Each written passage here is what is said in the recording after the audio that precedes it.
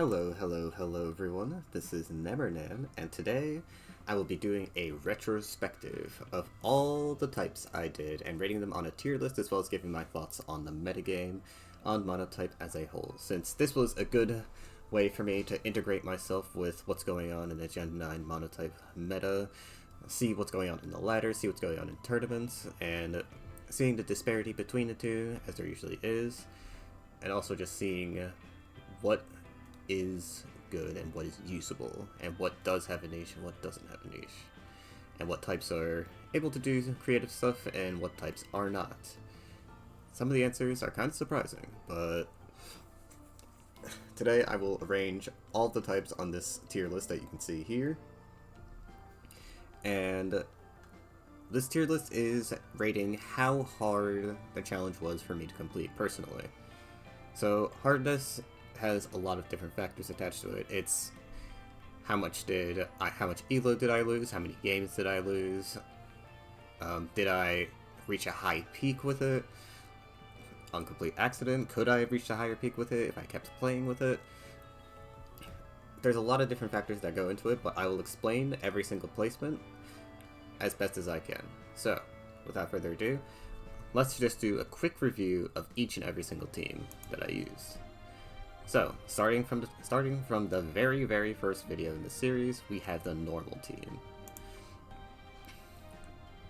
So the normal team was using Arbolivia, and this was just when we were doing D ranks only.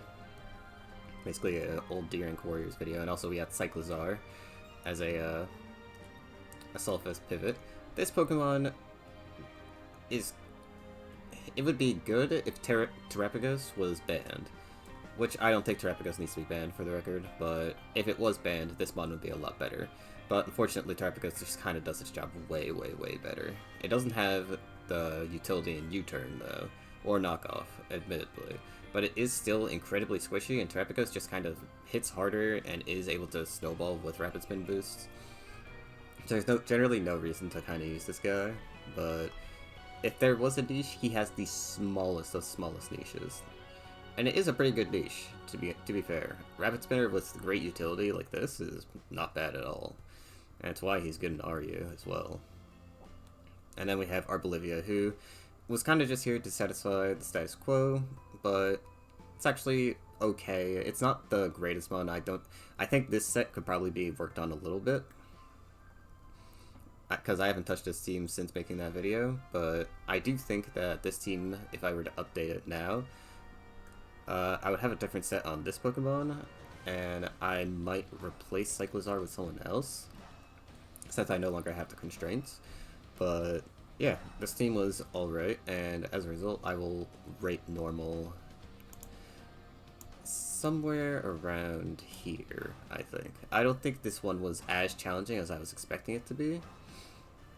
So it was kind of just middle of the road. We kind of just hit a few replays, and we did lose a lot, because I obviously lost a lot with most of the teams I had, because it's very unorthodox, and usually the sets aren't really optimal, but I do think that this type was shockingly not that difficult. So yeah, we'll just leave it there, and next we'll do fighting. So fighting is the main type I usually build for, because I love fighting types. And this is just one of many teams that I used to climb with. And now this one does have all the meta Pokemon on it, but this is just here just to showcase Emboar, because I have a ton of Emboar teams. Like, I'm not joking when I say I have a lot of Emboar teams. I have a lot of Emboar teams. So yeah. It's no joke that I kind of like this mon, and using it on fighting. I genuinely think it's very good. But with that said, fighting I kind of want to omit from this list, because I'm way too experienced with using this type. Even before I started doing the challenge, I was spamming a bunch of fighting games, and of course I'd be more experienced like using this type, because I know how it's supposed to work and I know what's good on it. Even when I'm new to the generation, like, some of the same things still apply to the type. It's either bulky offense or offense. It's pretty much never balanced. and it just needs good revenge killer, good setup sweeper, something to take hits and also dish hits back. It's very simple, and this team does do that very well, as well as the other teams that I use with Embor on it. So I don't really have much to say for fighting, other than I kind of do want to omit it. But if I were to rate it, I would probably put it on easier than expected. But like I said, I'm used to running like all sorts of nonsense on fighting. I mean, all the way like a couple of years ago, back when I made videos back then, I did D-rank warriors, and I used a lot of D-rank mons on fighting, as well as other types. So yeah, I'm kind of used to running fighting in a non-meta way, so this was obviously going to be way easier than it should have been. And if I was a bit less experienced, I think it would have been a bit difficult. But fighting is kind of just a naturally strong type, especially with its good Pokemon, so I would have put it probably around here. But yeah, I'll just put it here, but this isn't like actually how it was. This was incredibly easy for me to do, but yeah, I'll just put it here because this is what would happen if I wasn't that experienced. It definitely was a bit easier than expected. I'm not sure how much of it is because of my bias towards the type, but in order to stop sounding like a broken record, we'll just move on to the next type, which is flying. So for our flying team, we went for something a bit unique. We went for a team without any of the S-rank Pokemon. Now, you may look at this team and say, you're telling me not a single Pokemon on this list is S-rank. And you'd be right. Not a single Pokemon on this team is in S-rank. If we look back here, to the Flying VR, lo and behold, none of those Pokemon are S-rank. And yet it still looks like a pretty meta flying team. So yeah, take that as you will. Take that as you will about the state of this type, but I did say before in that video that this type was very, very, very boring to build for, so I didn't really enjoy this one as much as I did with the other ones, or at least I didn't enjoy building. Playing this was fun. Playing this was absolutely fun, but building for this was just not nearly as fun as I had wanted it to be, because I kind of felt like I needed like a lot of stuff. Like, I basically felt like I was forced to use Gyarados, I felt like I was forced to use Articuno. It was just... It was unpleasant, it was very unpleasant. But with that being said, I do think that this was a good team. I probably would still use one of the higher tier mons, or the higher tier mons for flying, but this honestly wasn't even as bad. So I would put flying in okay. It wasn't easier than expected. It was still slightly difficult because not using some of the metamons was making it a bit difficult, and people are used to countering flying, especially in the higher upper ladder. So, and the account that I used was unfortunately in like the 1500s, and I had to drop it all the way down to like the 1400s in order to get like a good replay. And also because none of the 1500s players were playing at all, so I was running into a lot of nonsense. But that aside, I do think this is still an okay challenge. But yeah, we'll move on to Poison. So Poison was kind of interesting, because I think Poison has a lot of potential for creativity, honestly. Like, Poison has a lot of unexplored bonds that they can use. Not talking about this Weezing, by the way. Don't use this thing. Just use Galarian Weezing. This was purely here because I needed to not use Galarian Weezing in order to satisfy the requirements.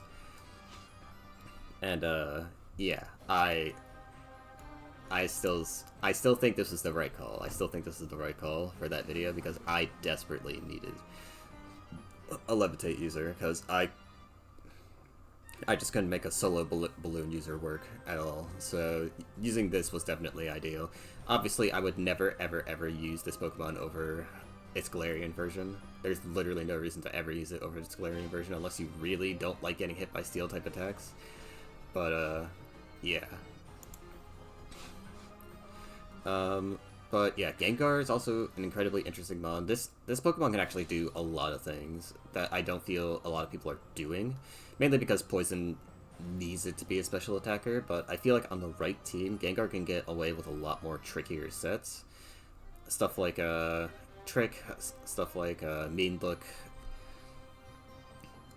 Taunt for walls. Like, there's definitely a lot of stuff that you could do with this mon. Like, just thinking about like how it could deal with Toxapex, it could trap Toxapex with Mean Look, and then use Psychic Noise and then Taunt to basically chip it down all the way, and Toxapex literally cannot do anything about that, so I'm sure there's a few other walls that it could probably beat, but I do want to experiment with Poison a little bit more. I feel like there's a lot of unexplored stuff. I also think there's a couple of other mons on Poison that just don't get used a lot. So like, if we look at all the Poison types, Iron Moth has some exploration I want to explore. Pheasantipity, I've seen people use this mon. I'm not sure how to use it myself. And I've said this multiple times, that I'm really not sure how this Pokemon's supposed to work. I think you're just supposed to spam Toxic Chain with Beat Up, and basically get a guaranteed badly poisoned off without getting taunted, so I think that's how I'm supposed to use it. Not completely sure. Monkey Dory is definitely underwhelming, but I feel like it should be able to do something, because that typing combination allows you to be good in the mirror, which is a very obnoxious matchup, I will say, especially on ladder. But it also allows you to deal with fighting a bit easier as well.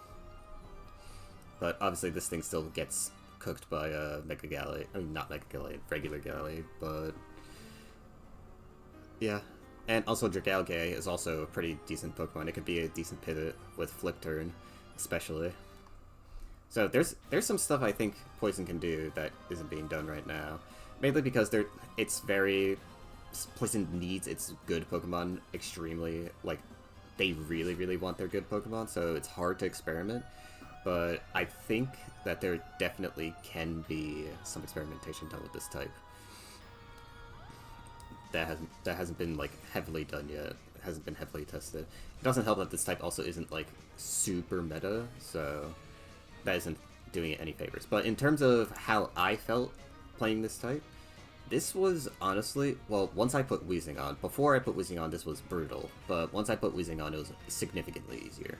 But because it was extremely hard without using regular Weezing, I will put it in a little challenging, because if I hadn't if I hadn't used Weezing, just regular Weezing, which is basically Galarian Weezing Light, it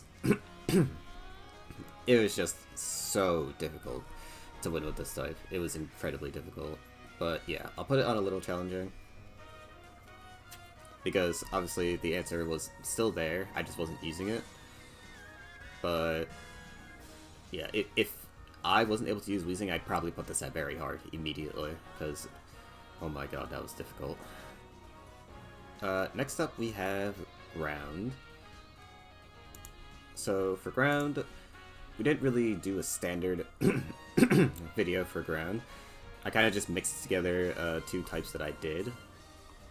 But for Ground, I decided to showcase my altruistic Ground Stall team, since technically it's like the same-ish requirements for what I did. But yeah, we had a strange Mamoswine spread. Do not ask why any of these EVs are the way they are. And we had Torterra, who's surprisingly pretty decent at taking physical hits, when you min-max it to do that, of course. And it also acts as our way of dealing with Ogerpon as well. Or, yeah, that is our main Ogerpon check, actually. Ogerpon Hearth Flame, to be specific. Wellspring still kind of does really bad things to this type, but yeah. Blindberry, or Gliscor, was very good. Very good carry for this stall-ish team, I will say. Protect Iron Treads also doing good work. Clodsire with Spikes doing good. Quagsire with Stealth Rock doing well. Mamoswine allowing us to switch into Ice-type attacks with Thick Fat. Just in general, this team was hard to make work. But once I got it to work, and once I got all the sets to do exactly what I wanted them to do, and they were fulfilling their niches, it was actually really easy. So, or I shouldn't say really easy, but it was about average difficulty. So I'll put this in okay. Now you might be thinking that, oh, are just all the types going to be an okay, or is there even any very hard types? Well, let me tell you something about Rock, bro. Rock already is a type that is incredibly hard to work with. So hard to work with, in fact, that I couldn't do the S ranks only for this one. I had to do a D rank mon because it was just too hard. I could not, like, I needed to have Glimora on the type, or Ogerpon, because without these two, Rock barely manages to do anything on this type. Like, it's actually absurd. These two Pokemon are, like, borderline required, because it's so hard to make a team work without those two. Like, maybe dropping one of the two would be fine, but dropping both of them at the same time is absolutely brutal. And I would never, ever suggest anyone do that. Rock is probably one of those types that is the hardest to experiment with. I think Rock is kind of locked in stone for what it can do, because there's just not much experimentation you can really do with the type, especially when you're forced to use two of their best Pokemon. And those Pokemon are extremely good, just so we're aware. So, Rock is going into very hard, because that type was really hard, and even when I did... Or no, it wasn't that difficult. I'll put it in hard, only because once I decided to do the D rank requirement instead, getting to replay was pretty easy, and also I've used Lycanroc Dust before, so I kind of knew how to use it. I wanted to use its midday form, but I wasn't able to find a good enough team to do it on. Especially since Shuckle isn't in the game anymore, so you... And I know that would sound surprising, like, why would a Sand Rush user want a Webs user, but believe me, it makes an incredibly big difference when he's out of Sand. So, and especially since you can't use Smooth Rock, it needs to be able to be useful outside of Sand. Because it's probably only going to get 1 or 2 turns of Sand to do anything with. So, with that being said, I will move on to the next type, which is Bug. So, Bug was a very fun type to build for, and but as much as I liked building it, this team was very hard to win with, and I think I did say that in the video. If I didn't, you know now, because I was really surprised at how not good Vivillon was. Now, I shouldn't have been shocked, because obviously, if we look at the viability rankings for Bug, Vivillon is all the way in D rank, but I thought, like, oh, this mod's been, like, decent in the past, because it has accurate Sleep Move and Quiver Dance, Hurricane, Bug Buzz. I thought, oh, well, certainly it can still do the same thing that it did in previous gens just fine. I was completely wrong. And it's because Steel is super meta, and this Pokemon does not have very good options for dealing with Steel types at all. Like, just look at this move pool. This Pokemon cannot do anything against a Steel type at all. Almost every single move it has is resisted by Steel. It does not have anything that it can beat. So if Arculodon comes in on you, there's nothing you're doing besides putting it to sleep. And because of Sleep Clause, it's not like you need to put the entire team to sleep. You're just cooked. You're just cooked. But yeah, Frostmoth was surprisingly more useful than Vivillon in the game, which I know sounds insane considering how not good Frostmoth is, but this Pokemon was just doing way better than Vivillon in testing, because it was just able to do more. When it got its substitute off, or when it started Quiver Dancing, it was actually like doing damage. And even though it also struggles against Steel, it doesn't just completely fall flat in a bunch of other matchups as well. Because this thing has a because Vivillon has a horrible typing, and so does Frostmoth. Frostmoth is arguably worse, but Vivillon also just did not do enough damage, because Frostmoth comparatively has a 125 special attack stat. We invested a similar amount, it only has 90. It's sub 100. This is so pitifully weak. Even with a regular Quiver Dance, it doesn't do that much damage. Like, it is still like 3-hit KOing some of the common balls in this game with a Quiver Dance up. It's ridiculous. So yeah, this team was hard to make work, but I stuck out with it because I really like using Vivillon, but it's such a incredibly hard mon to use. Like, it's genuinely so difficult to use. And it didn't help that I wasn't using any of the S ranks either, so... Well, actually, I think I do have some of the S ranks on this type. I'm pretty sure Araquanid is an S rank, if I'm not mistaken. Yeah. I think Araquanid got booted up, though. I think when I did it, it was an A rank mod. I could be wrong about that, though. I could definitely be wrong about that. I know for a fact I think Caesar... I think it was Caesar that got moved up as well, but... It might have been Araquanid too. I'm not sure. But yeah, recently there was a change in the bug VR before this video, or when this video was made. One of the Pokemon that was on this team wasn't in S rank, and I think it was probably Araquanid, but I'm not entirely sure. But aside from that, this team was fun to use, but I cannot stress enough how difficult it was to use this. So I'll put this in very hard. It was really hard to make that specific team work, and even if I decide to use something else, not using Volcarona is possibly one of the worst things ever, because this type is so abysmal without that dangerous Pokemon. It's already not great, even with Volcarona. Take away Volcarona, and it's just immediately worse in almost every single way possible. It's actually horrendous. It was horrendous, but we did manage to get a good replay, and I still liked playing the team, but it was really hard. It was really, really hard. Next up we have Ghost. So, Ghost is honestly probably one of the most boring types in this metagame, because it just kind of does the same thing over and over again. Like, the meta teams for Ghost are all basically the same, in my opinion at least. But this slightly off-meta Ghost team was definitely fun to use, and it was also quite easy, I will say. Not super easy. It was probably like medium difficulty. I'll just rank it now, since I don't really need to like elaborate my point for that, but yeah. This team was pretty easy to pilot, mainly because Ghost is very easy to pilot. The hardest part was definitely just building, and it was hard for me to find like a good enough build to work.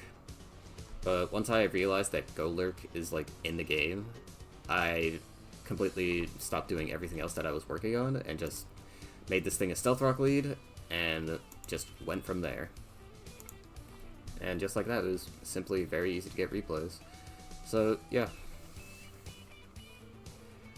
Normally, if I was to put this in easy, it would have had to have been easy to build, but this type was not that easy to build. I was running into issues, like a lot of issues, because I just was either lacking hazards, or I didn't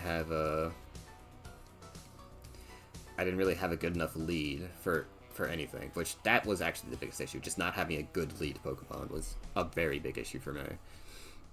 Because even though leads can change from game to game, there was just like not a single Pokemon, or not a lot of teams, that I was able to make that had a good enough dedicated lead. So I was not pleased with that, but it was easy once I remembered Golurk was in the game, so I'm quite happy with that. But yeah, we'll move on to the next type, which is Steel. Steel is the one we did the previous week, and I think I mentioned this in that video before. This type was not super exciting to play, but this team, I was honestly dreading Steel. I thought it would be the hardest type for me to do, because of if I decided to not use Heatran, this would have been incredibly difficult, but I was very, very surprised at how good Empoleon was. Because I didn't want to use Hisuian Goodra, because I didn't like how much of a momentum sink it was, but after seeing what Empoleon was able to do, I was very impressed with how good it was at taking special hits, and the fact that it was one of the few Pokemon that kept Roost. I thought it lost Roost, honestly. Which at the time when I said that I thought Steel without Heatran would be impossible, I didn't realize Empoleon had Roost. If I'd known, I probably wouldn't have been as frightful for when I had to do it eventually. But yeah, Empoleon kind of saved me a lot of time with building for this type. I was thinking of all sorts of nonsense, like trying to come up with stuff for this before the wheel rolled on it. And I was so happy every single time it didn't land on steel whenever I spun the wheel for you guys. But I'm honestly a lot less... I had no reason to be scared, because this type wasn't even that difficult. Because of Empoleon. Purely because of Empoleon, by the way. Because Steel is just kind of a naturally good type. I mean, look at the Pokemon I have access to. Even without its S ranks, it's still pretty decent. Like, this team still does really decent into like, low-ish mid-ladder. Mid-lowish ladder, I would say. So, yeah. I wouldn't suggest anyone use this team, obviously. You have to be insane to use it. But it's... For a Heatranless team, this doesn't do as bad as you would think it would. So, honestly, the biggest issue with this team isn't even fire. It's getting hit by fighting-type attacks. But we have Fortress, Skarmory, and Scizor to kind of just resist those. And Skarmory is a good check to most of the fighting types in the game anyway, so... All I'd have to do is just put Brave Bird instead of Body Press and we'd be fine. But yeah. I was also kind of unsatisfied with the team I used for this, but when it came to the difficulty, this was definitely easier than expected. Comparatively to what I was thinking going into the type, this was definitely easier than expected. Significantly easier than expected. So, yeah. I'll put Steel there. This is genuinely shocking. This was genuinely shocking for me. But, yeah, it was incredibly... It was just way easier than I thought it would be. Like, we got replays literally on the first day of testing. Usually it takes me, like, 2 or 3 days of testing to get a replay for it, but I got it on the first day. I was actually baffled. My mind was blown by how much of a decent Heatran fill-in Empoleon was. But, obviously it's not better than Heatran. I'm not going to even humor that thought, but if Heatran were to suddenly just disappear, Steel would probably be fine, as long as it has Empoleon. And honestly, Hisuian Goodra probably also helps as well, but as long as it has Empoleon, it genuinely, I think it would be fine. As long as something like Chiyu is not running around. But yeah. So let's move on to the next type, which is Fire. Fire was actually the most fun I had building, because I got to use this Pokemon, and I got to use it in a very strange way. No one else uses it normally. So because I couldn't use Heatran on this type either, I knew coming into this type that I needed something to deal with Rock.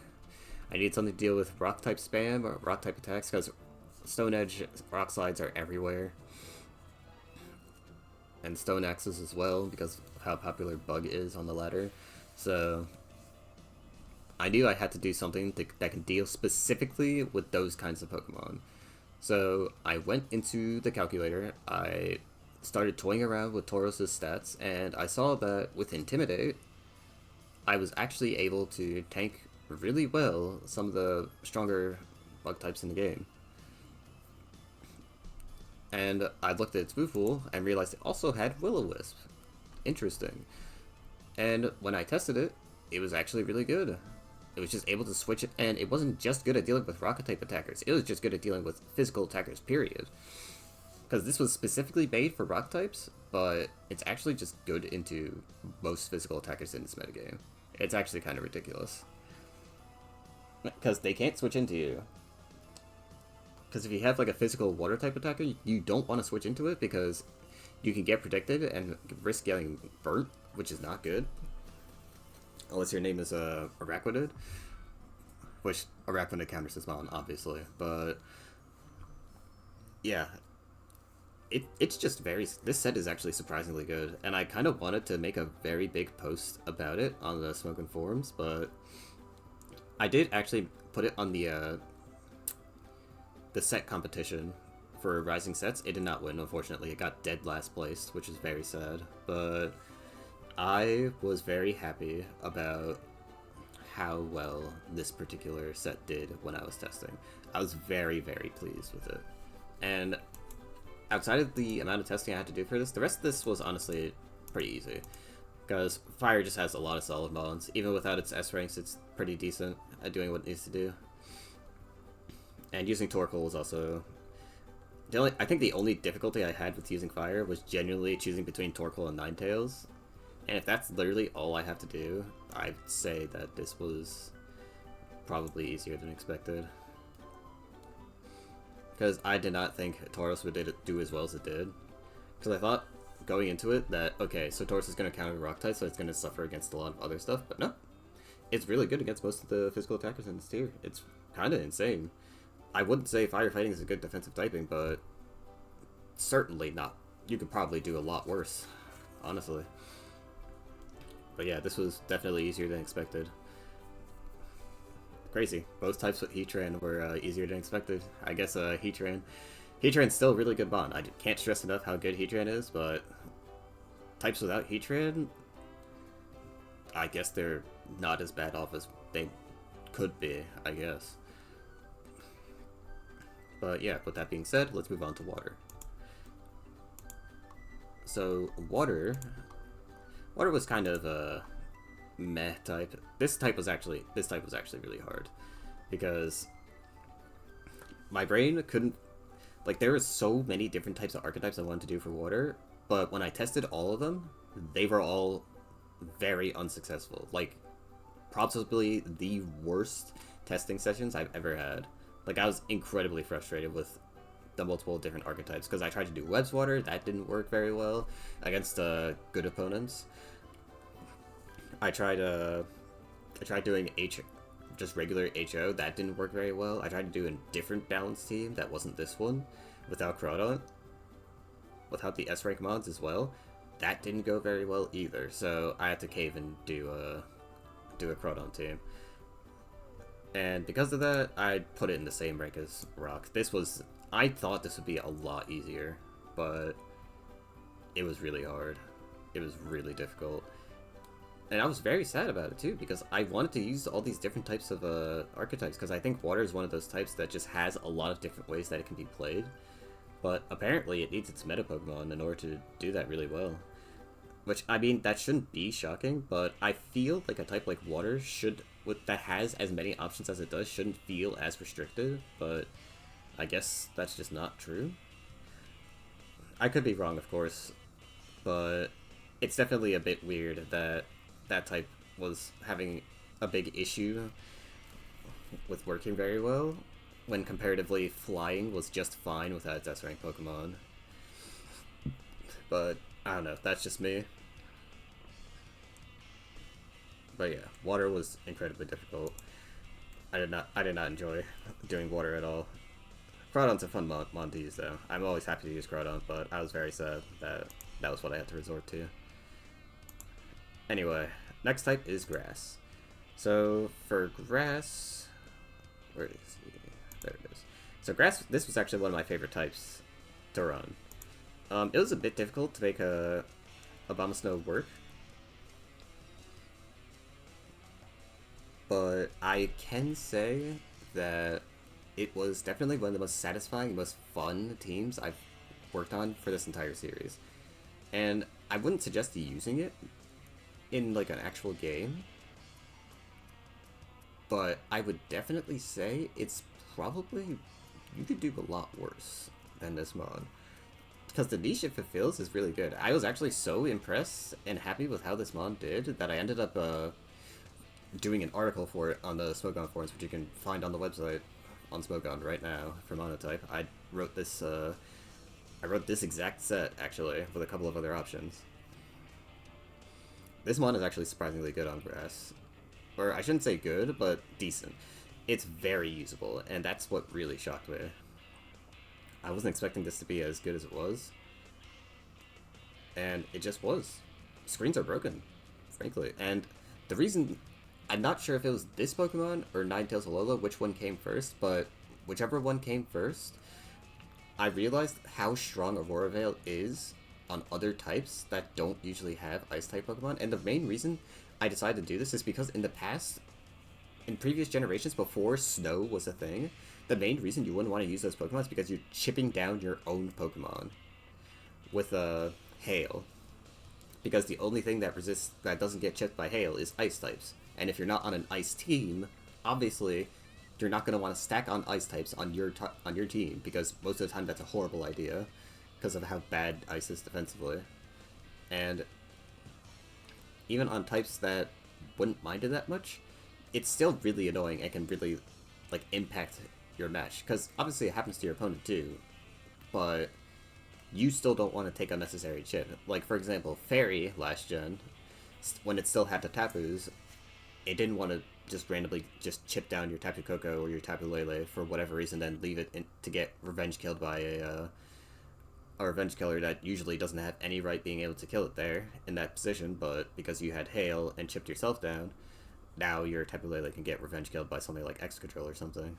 It's ridiculous. It was very annoying. It was very annoying, and even though Aurora Veil is a great payoff for that cost, a lot of people didn't really like using it because of that reason. But now, because of Snow, you don't have to worry about that chip damage anymore.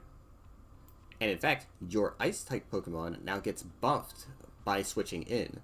So now, it basically like Tyranitar back in previous gens, where it's a good special switch in to a lot of different Pokemon. I wouldn't say you would switch in a Snow into a lot of physical Pokemon, because it's still taking a ton of damage because of its typing, but comparatively to previous gens, this is a significant buff to its usefulness and its ability to use Aurora Veil and be helpful. Like, it was just such an incredible change. It was a very incredible change. And I am very happy that they decided to change Snow to be like this. I was a bit sad about them removing the Hail chip, but honestly, I think it was for the better. I think it was for the better. Because now Abomasnow can work on teams like this, and Ninetales Alola can also work on teams in general in like higher tiers as well. It's just nice not having to spend 2 turns on screens, because I'm sure anyone who's used Gen 7 Fairy can attest to losing 1 turn of the other can be very annoying, and having to plan which one you have to use is annoying as hell. So, and 2 turns to set up screens is actually, that's honestly asking for too much sometimes. That actually is asking for too much sometimes. But yeah. I'll just talk about the Snow changes just basically to say that Abomasnow with Aurora Veil is just very good for a type like Grass. And the reason why it works so well is because of all the things I mentioned with Hail changes before. So, yeah, because Ogerpon heavily benefits from screens, like, incredibly. Sinistra benefits a lot from screens. Hisuian Lilligant really benefits from screens. Hydra Apple, Giga benefits from screens. Like, all of these Pokemon, like, every single Pokemon on this team, besides Brambleghast, really likes screens. And then you have Brambleghast to just deal with Rapid Spinners as well, so this, yeah, I just kind of explained why I liked using this type for a while. Sorry, I just really liked using that team. That team was very fun. But when it came to the difficulty of the team, it was not that difficult, because I actually was planning on using Abomasnow for, I wanted to test Abomasnow, because I didn't think it would be as good as it was, but then it was good, so this is actually way easier than I thought it would be. But it's shocking, because it's Abomasnow Grass. You would think it's horrible, because why would you put Abomasnow on Grass and just worsen your Fire matchup? And your matchup against a lot of things, in fact. But screens makes it worth it. Aurora Veil is genuinely worth having for that reason. So, yeah, unless they ban Light Clay, I can't imagine my opinion changing on that team very much. But, yeah. Next type is Electric. So Electric is memed heavily for being a horrible, horrible type. And I got laughed at for using this Pokemon and saying, hey, I think this Pokemon's actually pretty good. But yeah, I saw a video from another PokeTuber. I can't remember their name right now, but this video basically showcased a ladder player playing with Bellibolt, of all things, in regular OU with this specific set. And I thought, I mean, Electric is really bad, but maybe this bond could do something. And then, lo and behold, it does do something. It's actually a very good specially defensive wall, because it has access to Slack Off. And even with APP, it's still good. It's still able to wall some stuff. And you have Toxic and Soak. Soak makes it so that they take super effective damage from your discharge, which you trigger from electromorphosis, or you get more from electromorphosis, because you're going to be taking a hit regardless because you're slow and you have a lot of HP.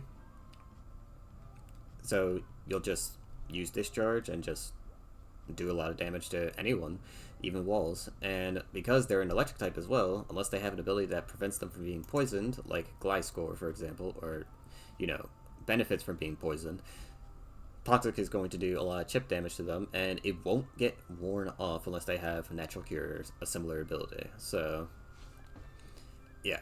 This spawn is honestly pretty decent. Problem is that it's on electric, and electric is pretty not good. So, paired with a physically defensive Rotom Wash, which I was very disappointed with how bad this set was, it's actually not that good. In the past it was pretty decent, but nowadays it's apparently not. But, yeah. I think the loss of Defog and a couple of other move pool changes made this mod a bit worse. Because I think it always ran Will-O-Wisp, but I don't think it, I think the loss of Defog actually affected how decent this mod was at being, good. But there's a lot of other things that also, I think the metagame in general just is very friendly to physically defensive Rotom Wash. And because of the lack of, like, good mod to go with this guy, this team was, like, a very big struggle to get to work. So I will be putting this in a little challenging because it was kind of annoying to get electric to work as a type in period, and I wasn't expecting it to be this difficult. Because I thought, like, I'd at least run into one guy who has, like, a bad matchup into electric because his team is either has one ground immunity and he gets swept by Regieleki or something similar.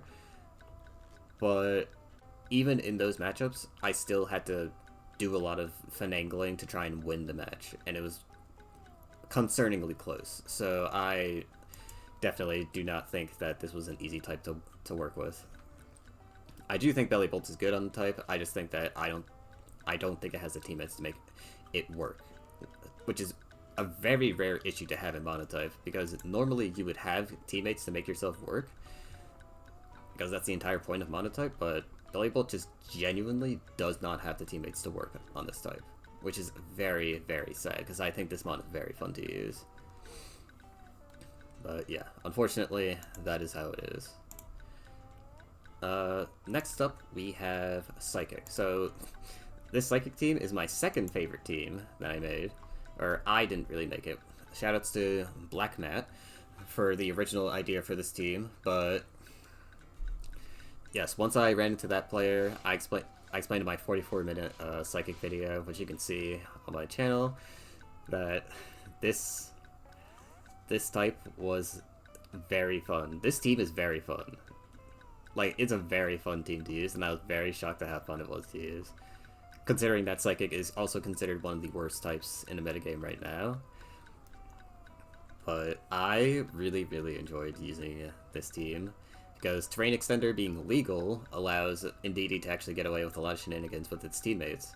Because on Psychic previously, you wouldn't really get to spam Expanding Force as much as you do now, but because you have those 3 extra turns, it makes so much of a difference. Because now they actually have to respond to you and not just try and wait it out as you would in the past. And honestly, I hope Tapu Lele never comes back, because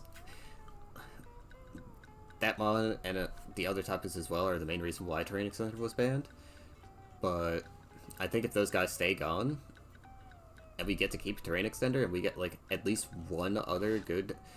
If you get one good electric terrain user that isn't Tapu Koko, and also isn't Pincurchin, if you get someone that's, like, similar to Indeedee on electric, for electric Surge, I would be a very happy camper with keeping Terrain Extender in the game. I think it's very fun. But, yeah. With that being said... Oh, also, minor rant. I really wish Raichu Alolo's Surge survivability worked on more than electric terrain.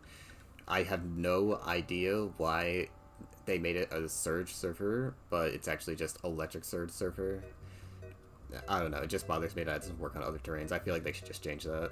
I don't feel like there's any reason why it needs to specifically be electric. I think it should just work on every single one, but that's beside the point. This team was very fun. I don't want to go too much into detail about how this team plays and why I liked it so much. I already gushed too much about it in my other video, so we'll just leave it at what I thought about it difficulty-wise, and I will say it was very hard. It was very hard, because before I got the black, or sorry, this isn't the right type.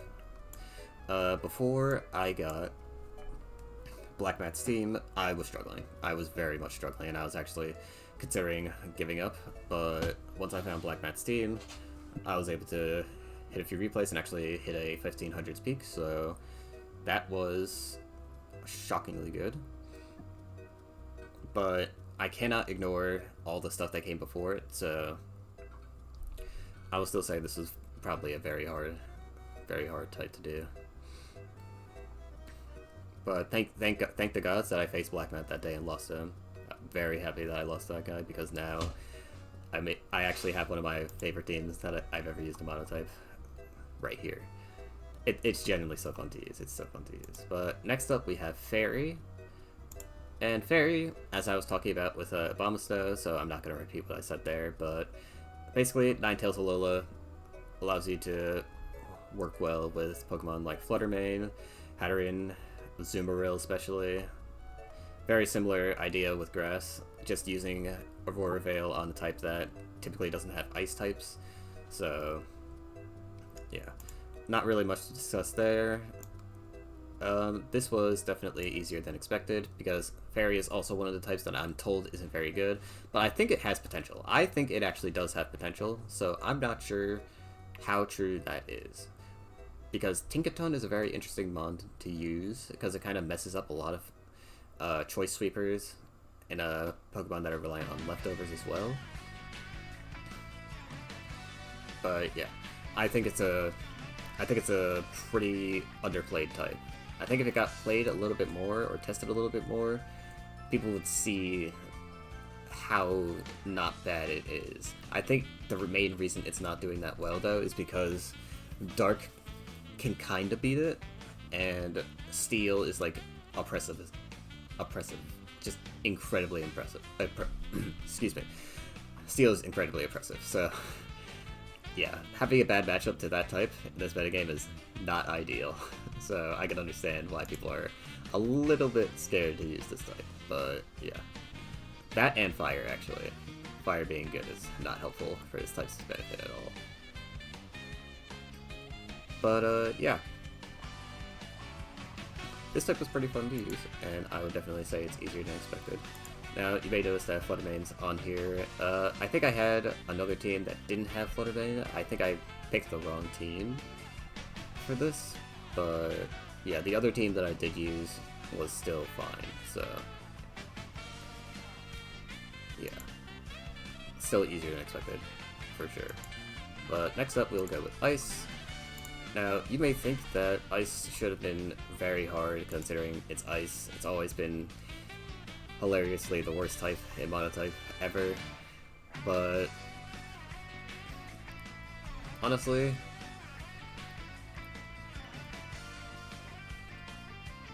I feel like it could have been a lot worse. I feel like it definitely could have been a lot worse. I was very sad about the Frostlass set not working as I wanted to, because I didn't realize it didn't have a boosting move. So, because it didn't have a boosting move, it kind of just didn't really do much, or didn't do what I thought it would do. I still kind of wanted it to have it, though, because it's a rapid spin blocker. But I just wish it could have done a little bit more. In retrospect, I probably should have just made it a lead set. And just, kept it like that as well, but alas. I'm gonna put this in hard, because making Ice work in general is hard, and not using its meta Pokemon even worse, as you can imagine. But Abomastow wasn't that bad of a replacement. But it's still not a Alola Ninetales, so it was still pretty difficult to make the type work. So, not much to really go on. Now we have Dragon. Dragon was a disappointing type for me, because I wanted to use a specific... Sorry, this is the wrong type. I wanted to use a different Mon, or a different set, but I ended up with two teams. Two teams that I actually really liked using a lot. I had other ideas for Dragon, mainly centered around Raging Bolt, but I did not end up going through with those. I ended up going through with these instead, which I enjoyed quite a bit. I was very sad because this team was actually very fun to use, but it was not winning games, unfortunately. So I had to switch over to this team, which did win games. Or, no, I have a flip-flop. This was the team that didn't win games very much. And then the other team was the one that I won games with. But, yeah, this was the team I won games with, and then the other team that I just showed you was the one that didn't win games that much. Both teams were fun to use. I had a good time, and it was just, as you can see by me showing to showcase two of the teams, I don't think this was very difficult for me. Definitely okay. Kind of an annoying type to build around without Arculodon, but it was alright. But yeah, kind of felt like using a Gen 7 or Gen 8 Dragon for some of it. But yeah, and now we have our last type, which is Dark. Very contentious type at the moment. Some people say it's the best type, some people say it's not the best type, but still really good. I don't know, but what I do know is that I was able to make HO work on this type, but making HO work was not easy. It was actually very difficult. I was very disappointed because I thought Darkrai would be a lot better, but he was just kinda mid, I will be honest. This Pokemon was not as good as I thought it would be, especially on a Hyper Offense setup, so I was quite disappointed with that. I also am very sad that I wasn't able to use the set I wanted to on the Samurott. I wanted to use the Ceaseless Edge set, obviously, but then I'd be giving up either Sucker Punch, I'd be giving up Water Stab, or I'd be giving up Sacred Sword, and giving up those three things for hazards was just... I needed to have all three of those things if I wanted this mon to work as a Sword Stancer, so I decided I was going to just leave it at that, and I had Choice Scarf Roaring Moon because that thing is faster than this, and it also hits the thing that needs to hit better. But yeah, I was kind of disappointed about the team, but type was kind of annoying, so I'll put it in a little challenging. And just like that, that is my tier list.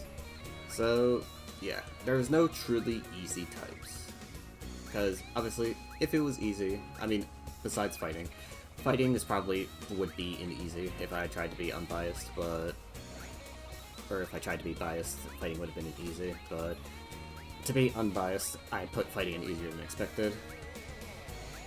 Do not be fooled though, fighting was very easy for me to do. I was actually using fighting teams that met the requirements during my time trying to rank up my accounts back to the 1400s whenever I dropped them too low. But yeah, I'm very happy about this challenge, and to close out this video, I want to have a little talk about how I feel about the Monotype metagame. So, from ladder experience alone, I think that this metagame has honestly been pretty... It's okay. I definitely think Gen 7 probably was a lot more fun. In my experience at least, it's better than Gen 8 for sure. Gen 8 was absolutely dreadful for me. But Gen 8 was just a dreadful gen in general, but Gen 7 was probably one of the more fun ones. Gen 5, I played Gen 5 for a bit. I started my Pokemon journey in like Gen 6, very late Gen 6, but from what I've played of Gen 5, it's honestly pretty alright. It's not really insane or anything like that, but I will say that this generation specifically, I would probably put it at like A tier. It's definitely got some stuff going on. There's some unexplored types that aren't really exploding in popularity. I'm waiting for a Gen 7 grass moment to happen. Or was it Gen 8 or Gen 7? I don't remember, but one of those gens, grass came out as like a really good anti-meta type and started like winning a lot of tournament games. Whenever I think that is going to happen in this generation, I just don't know when. But I think it is on course to happen because we have been playing this generation for a long time. I think it's due to happen. I think there's going to be a meta shakeup eventually.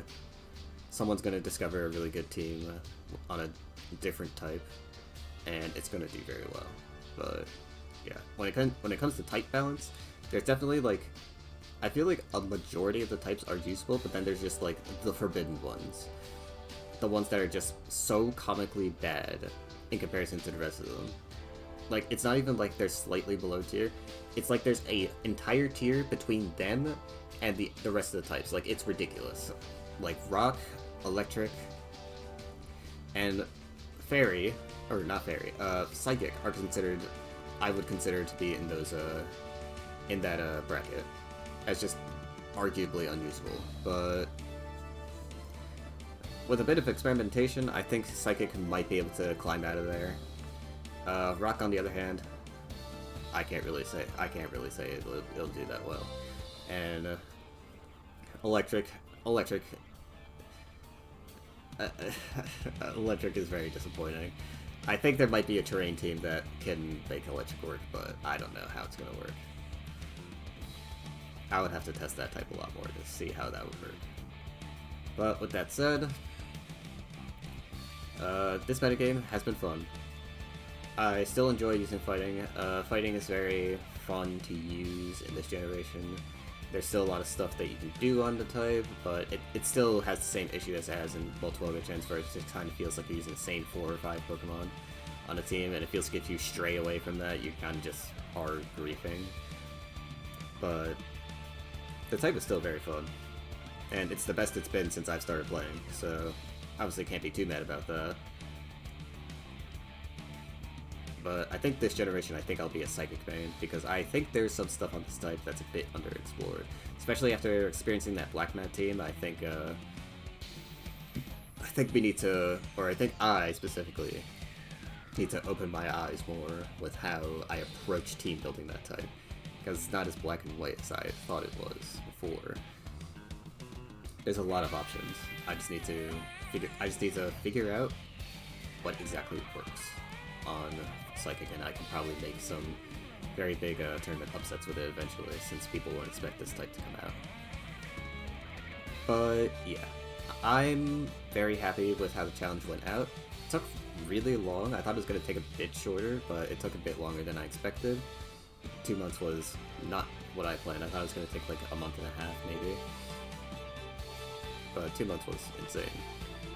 But I did enjoy this challenge. It was very fun, very enlightening, and I'm enjoying the metagame. I am having fun with the metagame. Definitely not the funnest metagame I've played, but I think it has been a good time, and I am enjoying this a lot. And with that being said, that will be the end of this video. Next time I see you, I'm not sure what kind of video I'll do. It'll probably be another discussion video like this, but for a specific type, talking about like different types of archetypes. Maybe I'll talk about Psychic archetypes, maybe I'll talk about fighting archetypes. We'll see. But I might do a community post talking about what you guys want to see next, and whatever you guys answer, or whatever gets answered, I'll consider doing that. Because I might do an interview with one of the MLP champions, or sorry, MPL champions, or MLT champions. Whichever one, we'll see. But be sure to look out for that community post, because that will determine what kind of content I will do from there on out. And yeah, this was a very fun challenge, and I can't wait. I'm so happy to be back in the Monotype community. It's actually been a really great time. I'm so happy that I've been welcomed back in open arms as well. People in the community have been nice. The new people have been really great. And I'm having a good time. I'm having a very good time, and I'm very happy right now with being back to Mons. So, yeah, I'll see you guys in the next video, and take care of yourselves.